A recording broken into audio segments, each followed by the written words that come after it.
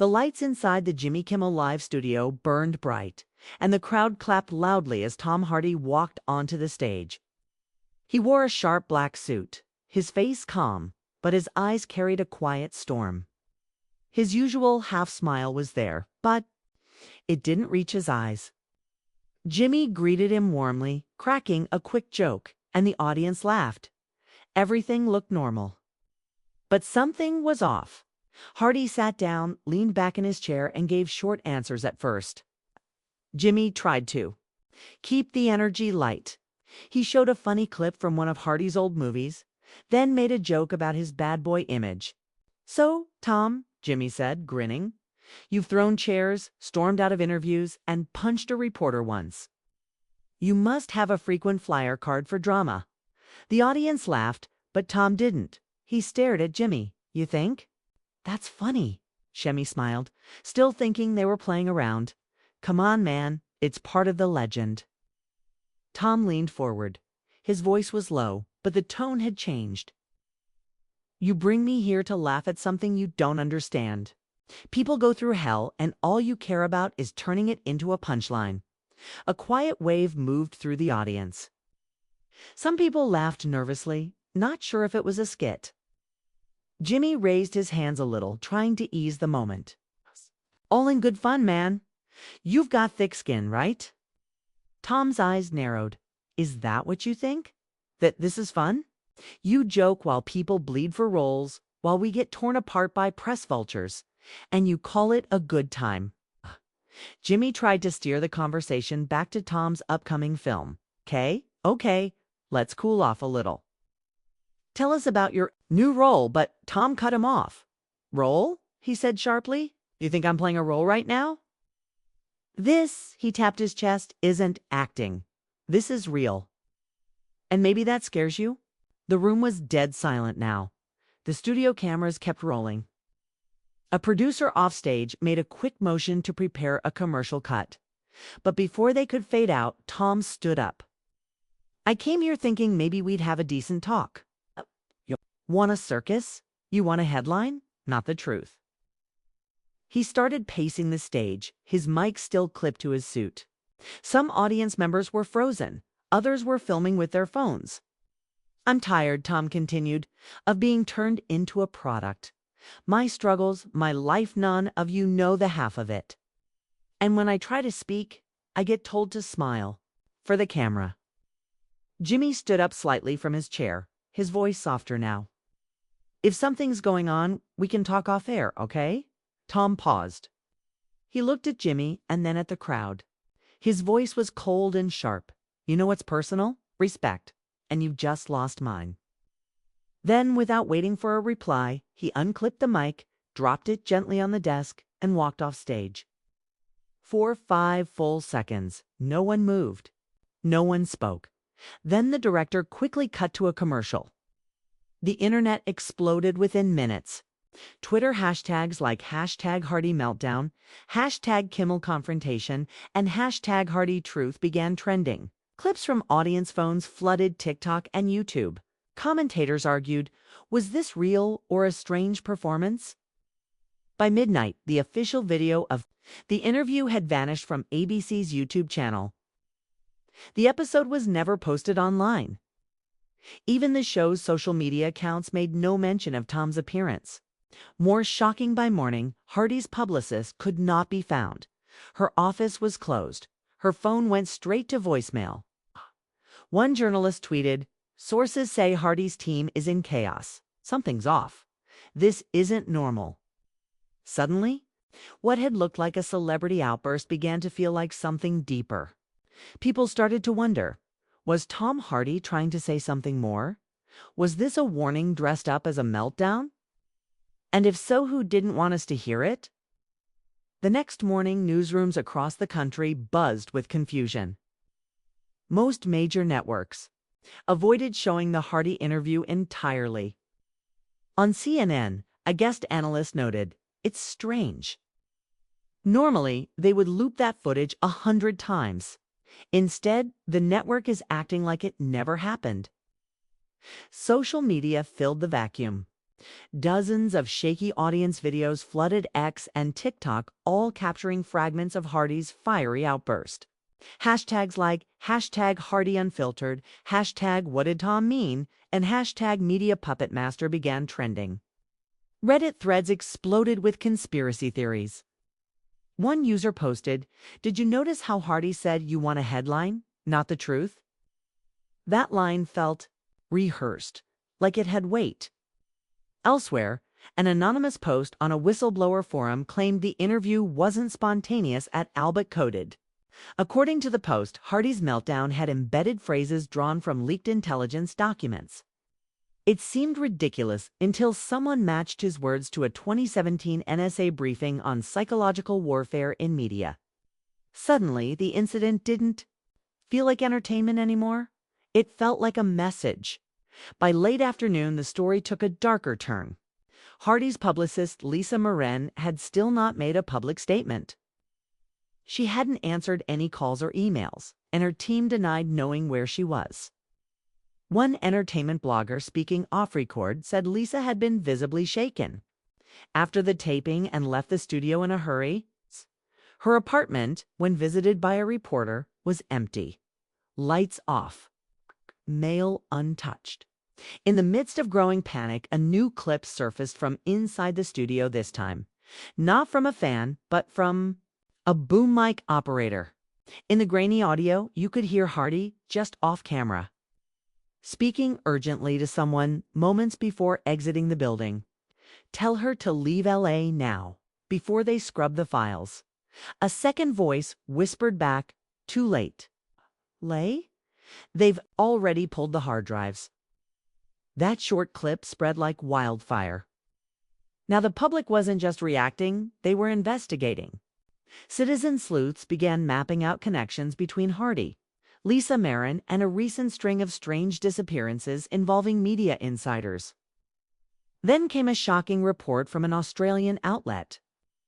A known data broker linked to several Hollywood PR firms had been found dead in Sydney. No obvious injuries. No witnesses. The only clue?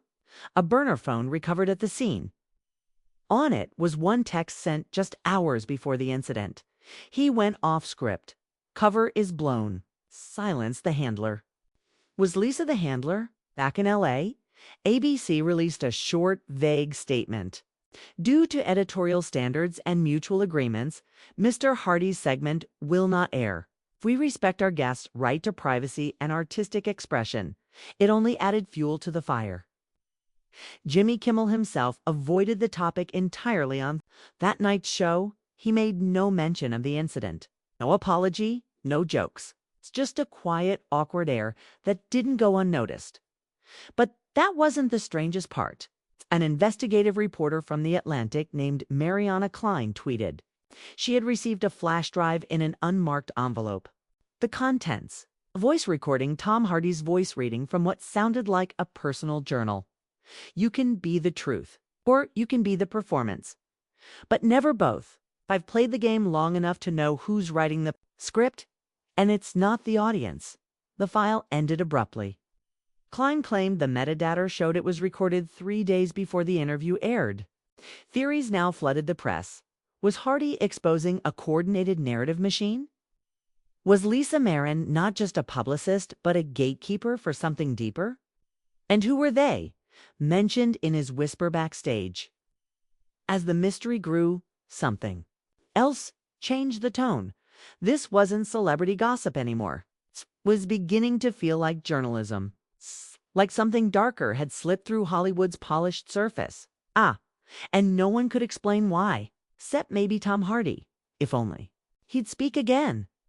The pressure on media outlets intensified. By the third day, it wasn't just tabloids chasing the story. The New York Times, The Guardian, and Al Jazeera had each published op-eds questioning what was really happening behind the scenes of Hardy's outburst. Was it a publicity stunt gone wrong? Or was it a whistleblower's warning disguised as entertainment? Then, Mariana Klein, the reporter who received the flash drive, posted a second audio clip. This time, it was not just Hardy. A second voice, sharp and female, could be heard asking, "Do you know what you're risking?" Hardy replied, "Risk is the only way out. If they erase Lisa, we all go dark." The woman replied, "They already erased her from the studio database." Klein attached a screenshot of the studio's digital guest registry. Lisa Marin's credentials, badge ID, and security footage were completely wiped. Her name didn't exist in any logs from that night. Meanwhile, internet sleuths uncovered that Lisa had worked with more than just Hardy. She had managed public image transitions for 3 other actors who had mysteriously disappeared from the public eye after emotional meltdowns. One was an Oscar winner who abruptly retired and relocated to Iceland. Another had checked into rehab under a pseudonym. The third was presumed dead in a boating accident, though no body had ever been recovered.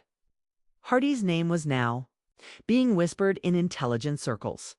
A leaked internal DHS memo marked "Confidential media disruption" warned that his interview might signal a breach of the containment script. The term was unfamiliar to reporters, but insiders speculated it referred to government-coordinated influence inside the entertainment industry. A former showrunner, who chose to remain anonymous, confirmed to The Intercept that he had been approached in 2020 by a consultant from a federal media agency who offered financial incentives to alter politically sensitive plot lines.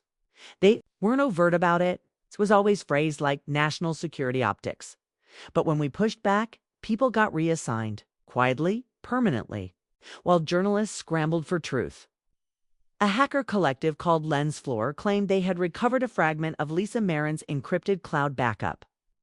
They released a single, blurry, zoomed-in PDF of a document labeled Eclipse Protocol Stage 4 Initiation.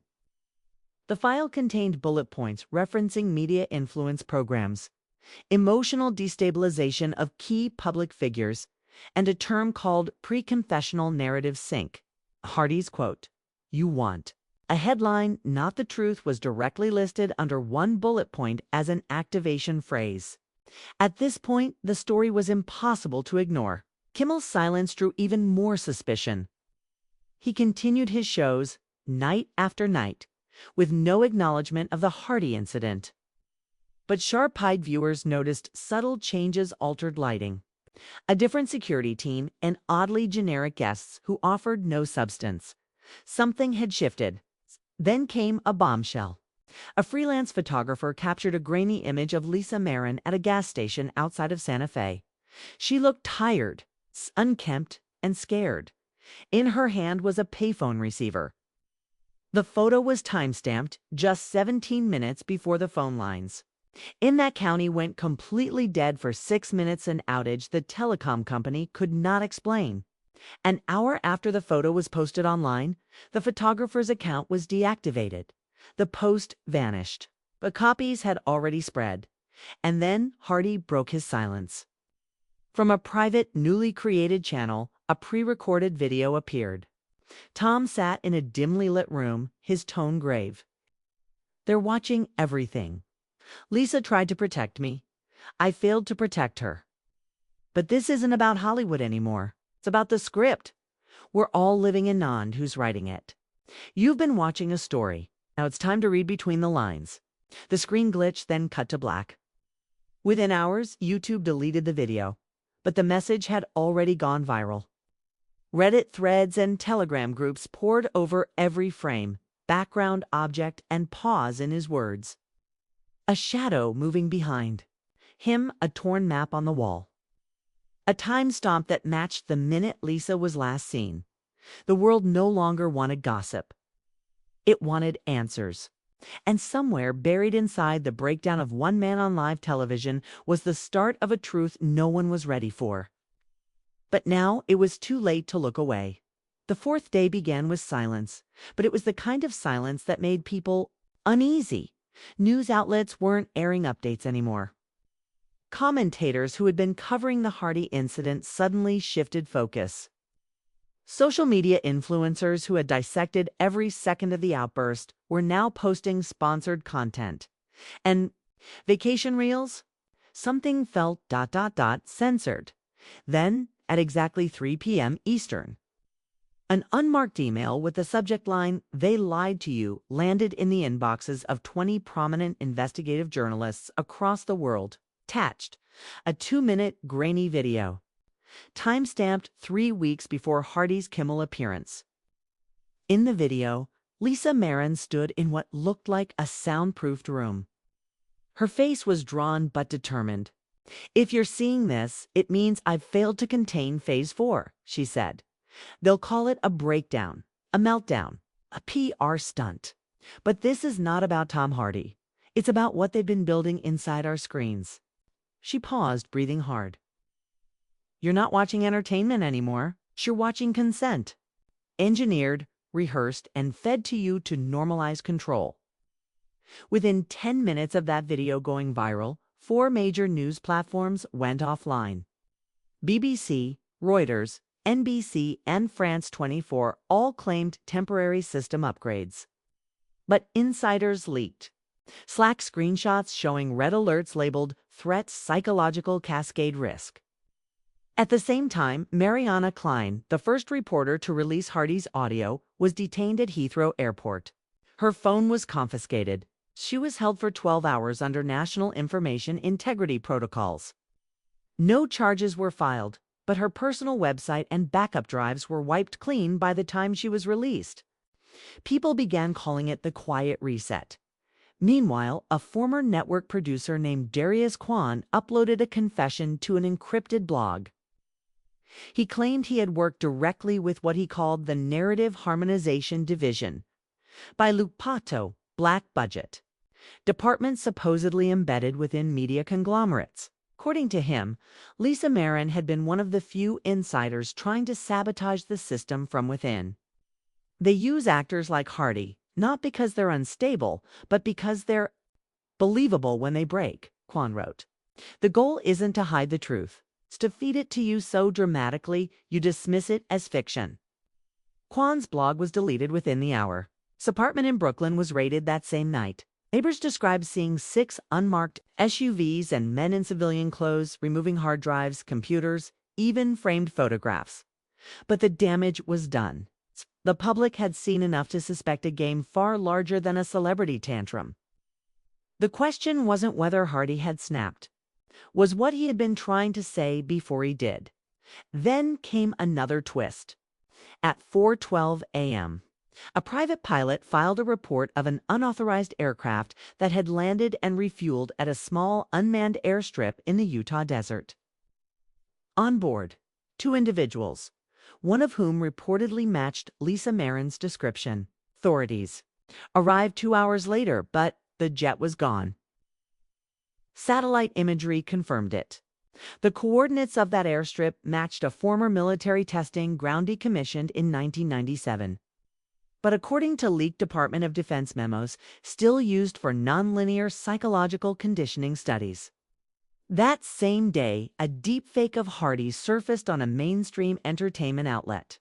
In it, he apologized for his unprofessional behavior, claimed exhaustion, and thanked Jimmy Kimmel for his graciousness. But viewers quickly noticed inconsistencies. His eye movement didn't match his speech. His lips lagged on certain syllables, and worst of all, he never blinked once in the entire 3-minute video. For the first time, people saw the machinery exposed. It terrified them.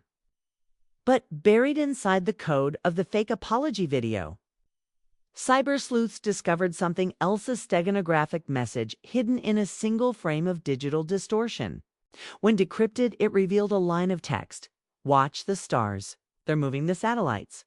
It made no sense till 2 nights later, when amateur astronomers across multiple continents recorded strange flickering patterns among satellite formations that had been stable for years. Some disappeared, some changed positions, some didn't return at all.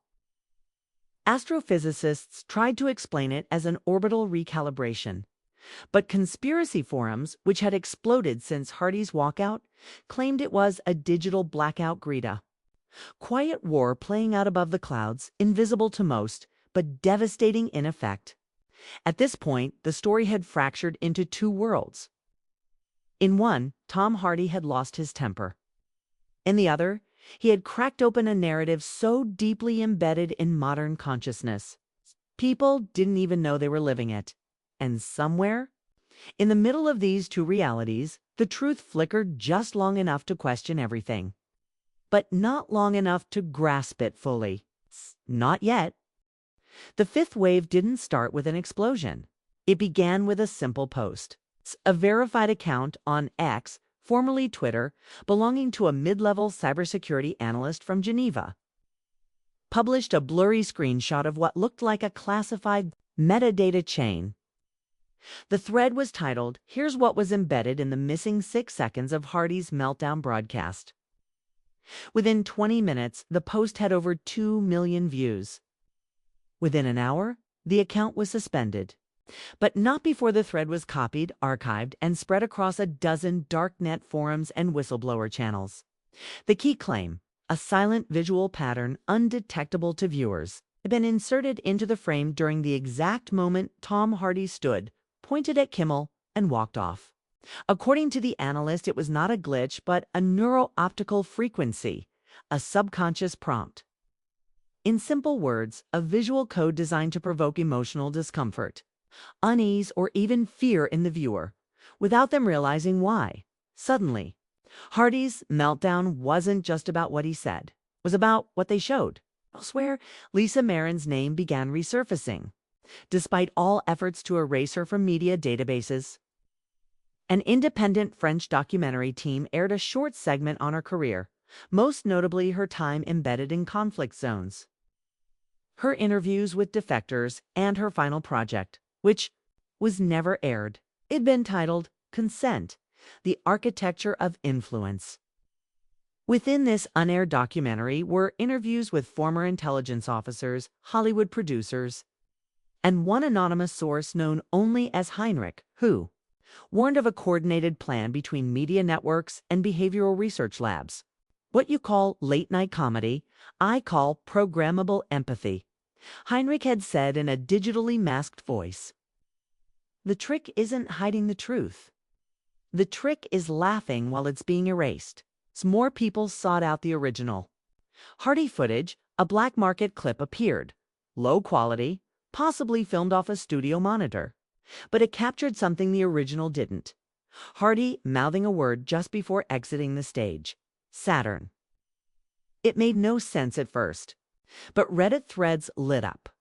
Conspiracy theorists claimed Saturn was code, a reference to the Roman god of control, harvest, and decay. Others claimed it pointed to Project Saturn, an alleged media manipulation program defunded in the 90s, or so the public had been told. Then came another shock. A midday broadcast from London featuring a roundtable discussion about celebrity mental health abruptly cut to static. 10 seconds later, it returned. But in those 10 seconds, thousands of viewers with high speed capture systems caught a frame that flashed for less than a second. It was Hardy, standing in a different studio, with no audience. He looked directly into the lens and whispered, "They're not watching us. They're editing us." That was it. Forensic analysts later confirmed the visual structure didn't match any known broadcast setup. It was either pre-recorded in a sealed set, or someone had spliced it in remotely. Hackers, insiders, no one knew. Meanwhile, Jimmy Kimmel himself vanished from public view. For 4 days, reruns aired. No explanation was given. His social media fell silent. Then, without warning, he reappeared with a pre-taped monologue that struck many as cold and robotic. No mention of Hardy, no reference to the incident, just scripted jokes, fake laughter, and a strange disclaimer shown for 0.3 seconds at the episode's end. Broadcast feed optimized for consistency, viewer discretion embedded. That night, Lisa Marin was spotted in Berlin. A blurry surveillance, still from a hotel hallway, showed her entering a room with a man wearing an earpiece and holding what appeared to be a satellite phone. Hotel records were wiped, but a single check-in form survived, registered under the name Cassandra Doyle. The room was empty by morning, and one final ripple hit that same week. A mid-level NASA engineer leaked internal documents about satellite drift anomalies, artificial patterning not caused by solar weather, but by intentional signal distortion. He was fired within 24 hours. But his upload included something chilling: a list of encrypted satellite transmission logs. One of them was labeled Harvox NKM loop. 7 analysts believed the HAR stood for Hardy, INT for interview. Loop 7 suggested it was the 7th internal loop of the same broadcast feed, meaning, potentially, that what the world saw on air was only one version of a carefully engineered event. Rerun and modified through multiple feeds until the reaction aligned with expectation. People started asking, was Tom Hardy's rage a broadcasted rebellion, or part of a deeper cycle looping until the truth was perfectly contained? And if so, what version were we watching? Now, the idea of reality being edited in real time, not through censorship, but through response conditioning, took hold. Some began wearing analog watches, claiming digital time was being subtly altered. Others stopped watching television entirely, saying every smile is a script. In the end, a simple question echoed louder than ever before. What if our emotions are no longer our own? They thought the signal had been buried. They were wrong. At 3:46 a.m. GMT, a dormant relay station in northern Greenland activated for the first time in 14 years. Hidden under the ice, the station coded as Spire 9 belonged to a decommissioned Cold War satellite program, but now it was broadcasting again. The message was brief: a burst of encrypted data routed through underwater fiber lines bounced to 5 unknown IPs across Switzerland, Argentina, India, South Africa, and Tokyo. Each receiver was linked to an anonymous server tagged Vox_Obscura. At the same time, a fire alarm went off at a CNN affiliate building in New York. But it wasn't fire. It was a manual breach triggered from within the control room. One camera 7 had been forcibly reactivated. Its feed, usually used only for test angles, now recorded in total silence. For 3 minutes and 40 seconds, it captured someone entering the newsroom. The figure was hooded. The footage never showed their face. But in their hand, a hard drive labeled SD 9.7 Cassandra cut.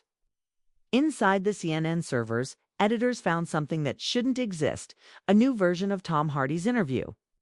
Not the version aired, not the pirated clip. This version was longer, sharper. In it, Hardy did not leave the stage after saying, "You lost my respect." Instead, he looked straight into the camera and said clearly, "This is not the first time. You've all seen this before. You just don't remember." He paused, then added, "Ask about the Cassandra broadcast. Ask your parents." The feed ends there. Across Europe, similar edits began leaking. A French late-night host aired what he claimed was a decrypted cut of the Hardy footage that included a ghosted image layered over the frame of a woman's face, flickering at 15 hertz, too fast for conscious detection.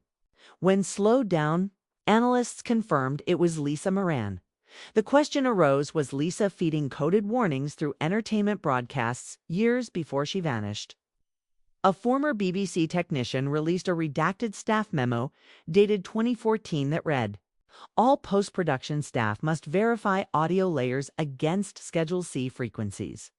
Unverified tones above 13,000 hertz must be scrubbed immediately." Keywords: Cassandra, Saturn, mirror room. But perhaps the most terrifying piece came from an unlikely place: an old-school radio DJ in Austin, Texas. His late night AM show had recorded Hardy's meltdown in real time through a backup antenna. "I play tapes every week. It's routine," he said in a grainy podcast interview. But the night Hardy snapped, "My system caught a shadow frequency right before the signal dropped. I've heard a lot in my life, but this ... this sounded like chanting. Backwards, fast, like a warning." Digital analysts cleaned the recording. One phrase repeated 5 times. It loops when you laugh. Meanwhile, Jimmy Kimmel had still not spoken publicly. A short paparazzi clip showed him walking into a federal building in D.C., escorted by 2 men in gray suits. No official comment was given. But the clip stirred panic because of one small detail: Kimmel's eyes. They looked bloodshot, glassy, as if he hadn't slept in days. And under his collar, just visible, a strange mark. A tattoo or burn shaped like a spiral. Whistleblower forums exploded. Spiral marks had been spotted on at least 3 former television hosts in past decades, of whom either died mysteriously or disappeared after leaving their networks. Speculation reached new heights when an encrypted message appeared on a long-abandoned Usenet group once used by investigative journalists. The message, signed only M, read, "The real broadcast isn't the one you see. It's the one you remember wrong. If you want truth, stop watching. Start listening." Hours later, 2 things happened simultaneously. A blackout struck 3 major news networks during live airtime. A pirated podcast episode titled Cassandra Returns, uploaded on over 9,000 channels globally all at once. In that recording, believed to be Lisa Marin's voice, she said, "They want you focused on celebrity meltdowns, but they're test signals. Tom wasn't acting. Christopher Walken wasn't drifting. They were resisting. The spiral is not a symbol, it's a trigger. Stop asking who controls the media. Ask what it controls in you." The clip lasted only 92 seconds. Then it erased itself from every platform. Government agencies denied everything. Social media labeled it deepfake. But the shift had already begun. The world didn't sleep that night. At exactly 2 o'clock UTC, millions of screens across the globe turned black. No error messages, no sound. Just a single word flashed in pale white letters: Cassandra. Then the message faded. A video began. It wasn't a TV show. It wasn't a film. It was a confession. A woman appeared on screen, older, eyes calm, voice unshaken. It was Lisa Marin, not a deepfake, not an actor. It's the real Lisa, alive. She sat in a room with no windows behind. Her board filled with news clippings, maps, and coordinates. Her voice was quiet but clear. "You were never meant to hear this," she said, "but someone broke the pattern. So now you must." Lisa spoke for 6 minutes. She revealed the truth behind the breakdowns, the outbursts, the so-called meltdowns. On live TV, Johnny Depp, Christopher Walken, Tom Hardy, all of them had tried to warn the public. Each meltdown had been a leak, a signal. Each time the system responded by erasing them, editing footage, planting stories, vanishing people. Their pain, Lisa said, was real. But it wasn't personal. It was planned. We trained celebrities to tell truths in a way people would dismiss. Because the moment you say something strange on TV, they call it acting. She exposed a global media structure called the Mirror Room, a secret council inside a coalition of 5 intelligence agencies and to private news empires. Their job, not to hide information, but to control how people react to it. They didn't need to kill the truth, she continued. They only needed to bury it under entertainment. Make it look like a sketch, late-night punchline, a meme. In the background, as she spoke, satellite images flashed behind her. One showed a server farm beneath a desert in Nevada. Another, an island in the Arctic where the signal first appeared. Each image was time-stamped and verified. Then she mentioned something chilling. They will try to discredit this. They'll call it fake. They might even end the broadcast early. But if this message reaches you, it means someone inside helped us. At that exact moment, the feed cut. In London, Paris, New York, Seoul networks dropped signal. On phones and smart TVs, buffering circles appeared.